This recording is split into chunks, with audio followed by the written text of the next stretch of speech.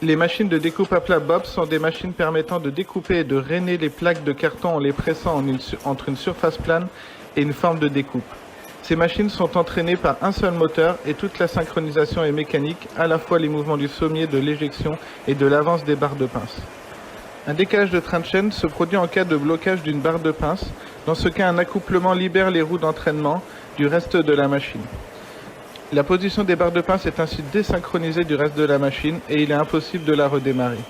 Ces blocages peuvent être causés par un bourrage carton important ou l'éjection inférieure qui reste bloquée en haut ou encore un décrochement d'outil.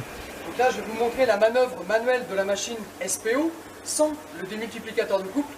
La machine est en condition normale, il n'y a pas de blocage de train de chaîne. Donc je défreine et je manœuvre la machine manuellement grâce au bras de levier. Sans ce bras de levier, j'exercerai un effort vraiment important. Donc dans le document unique sont identifiés des dangers tels que les troubles musculo-squelettiques, le risque de retour violent du cliquet, ainsi que la possibilité de chute de l'opérateur. Donc l'innovation que nous avons mis en place sur le site pilote de Mortagne permet de réduire par 5 le niveau d'effort fourni par l'opérateur.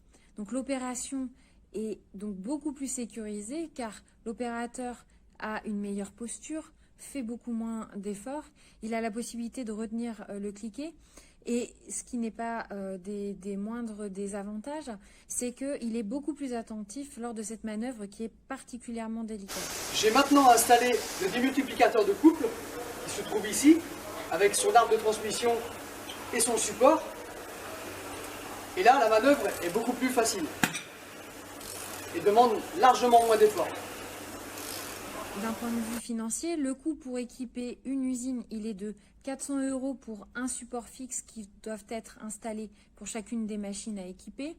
Et en complément, il y a aussi un investissement de 1 450 € pour l'outil spécial qui, lui, pourra être utilisé pour l'ensemble des machines.